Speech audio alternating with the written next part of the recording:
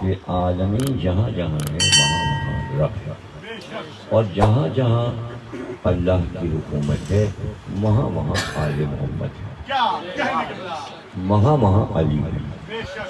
ولایت علی کا مفہوم لوگ چڑھ کر سمجھتے ہیں کہ کسی سے مقابلہ ہو رہا ہے، یہ مقابلے کی بات نہیں ہے۔ اس میں اللہ یہ کہہ رہا ہے جہاں جہاں کا میں ولی ہوں وہاں وہاں کے محمد ولی ہیں، اور اس کے بعد وہاں وہاں کے علی ولی ہیں۔ یہی بات غدیر میں یہی بات کہی گئی کہ جس کا مولا میں ہوں آج سے اس کا مولا علی ہے۔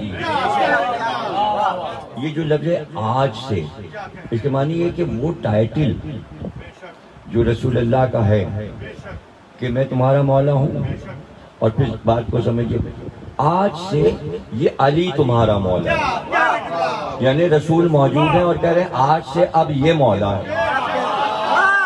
اپنی موجودگی میں کہا اب یہ ٹائٹل پورا میں علی کو دے رہا ہوں، اب میری طرف نہ دیکھو کہ میں بخشواؤں گا، مولا یہ ہے آج سے اب یہی طے ہو گیا کہ جو مرے گا علی بخشیں گے۔ اب دنیا کے جتنے کام ہوں گے، جتنے کام ہیں، پورے کائنات کی باغ ڈور میں نے علی کو دے دیا۔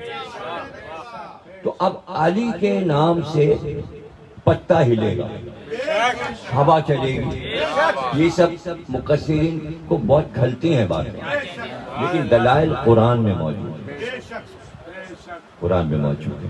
پورا سورہ ہے، پورا سورہ ہے کہ ایک شخص جو اونٹ پہ سوار تھا، تشریف فرمائے رسول اللہ، وہ اپنے اونٹ کو درخت سے باندھ کر آتا ہے، رسول اللہ کے سامنے بیٹھتا ہے۔ یہ قرآن میں واقعہ ہے، یہ تاریخ کا واقعہ بن جائے گا، لیکن قرآن میں پہلے جو میں سنا رہا ہوں۔ اس نے کہا کہ تم نے کہا ہم سے محمد، بہت برے لہجے میں اس نے بات کی سرکار سے، تہذیب سے نہیں تھی، اور اکھڑا ہوا تھا اور اکھڑے لہجے میں بات کر رہا تھا۔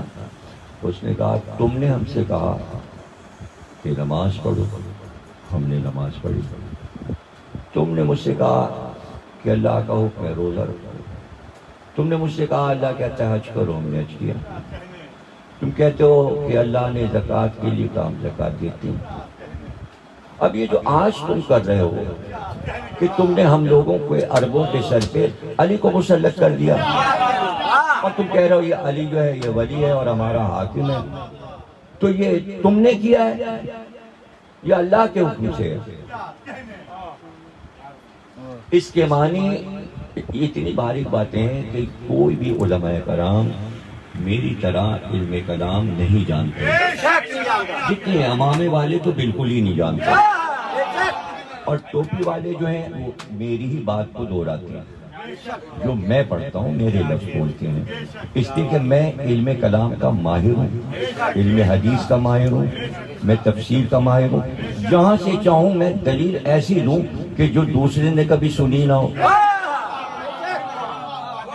اب دیکھیں بول ٹی وی پہ کیا ہو رہا تھا کہ چونکہ وہ جھوٹ بولنے کے عادی ہیں، وہ علی کے فضائل 1400 سال سے چوری کر رہے ہیں، جتنے علی کے فضائل ہیں چاہتے گھما پھرا کے اس کو کہہ دو اس کو کہہ دو بات کو۔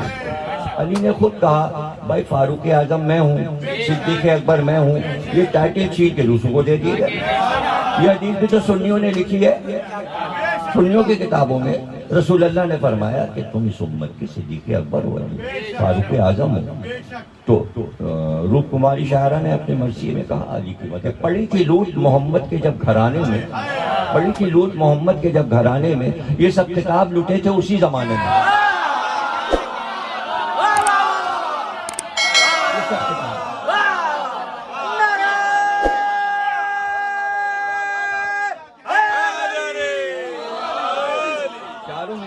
چاروں مصروں میں اس نے پہلے کے 4 مصر جو بن کر کہا ہے کہ علی صدیق اکبر ہے، علی فاروق اعظم، اس کے بعد وہ کہتی ہے کہ پڑی تھی لوٹ محمد کے جب گھرانے میں، یہ سب خطاب لکھے تھے اسی زمانے میں۔ تو علی کے خطاب لوٹے گئے ہیں، جو سمجھ میں نہیں آئے وہ چھوڑ دیے۔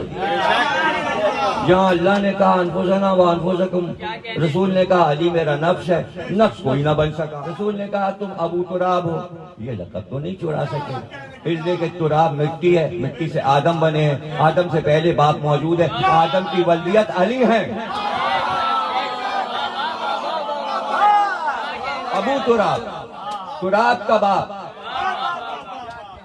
پہلی مٹی، پہلی مٹی، جہاں بھی مٹی ہوگی علی باپ ہوں گے، کہیں دنیا میں مٹی ہوگی علی باپ ہوں گے۔ تو یہ تو نہیں، یہ خطاب نہیں لے سکتے۔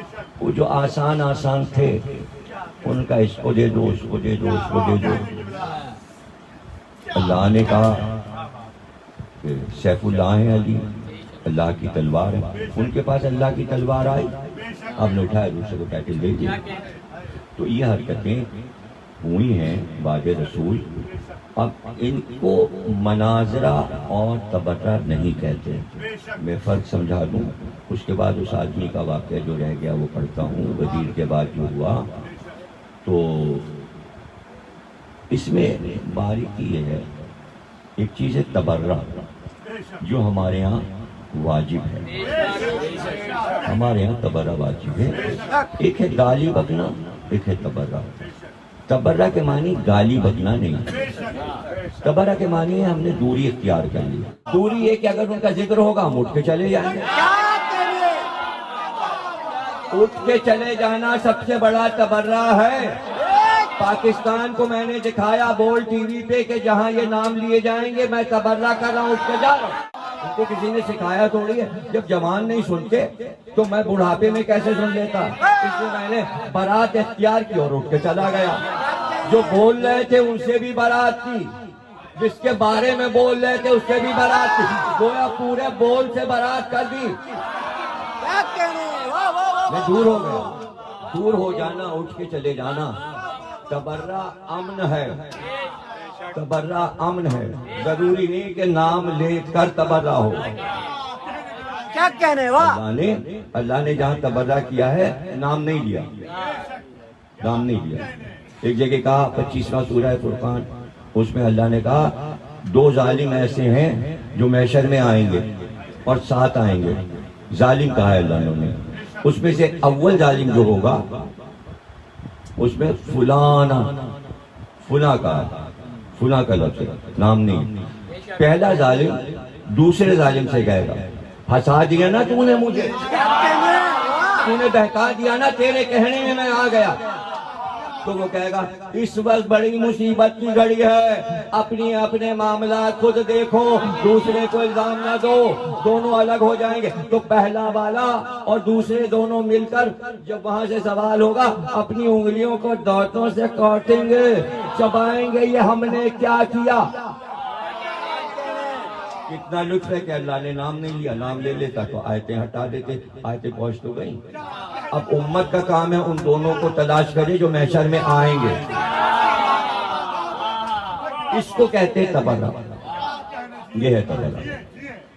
سورہ احزاب میں، سورہ تحریم میں اتنے حوالے میں دکھاؤں جہاں اللہ تبرہ کرتا ہے، اور یہ تبرہ حضرت ابراہیم سے شروع ہوا۔ ابراہیم نے بتوں سے تبرہ کیا کہ میں بیزار ہوں ان بتوں سے، سب سے پہلا تبرہ ابراہیم نے کیا، اور اس کے جواب میں اس کا جوڑ ہے تولا، یعنی جس کے لیے کام ہو رہا ہے اس سے محبت ہو۔ اللہ سے تولا، بتوں سے بیزاری یعنی تبرہ۔ یہ دونوں چیزیں چلی آ رہی ہیں۔ علامہ اقبال نے کہا یہ تا حیات چیزیں رہیں گی، دونوں چیزیں، دونوں قوتیں رہیں گی۔ اگر فرعون اور موسیٰ ہیں، نمرود اور ابراہیم ہیں، تو پھر یزید اور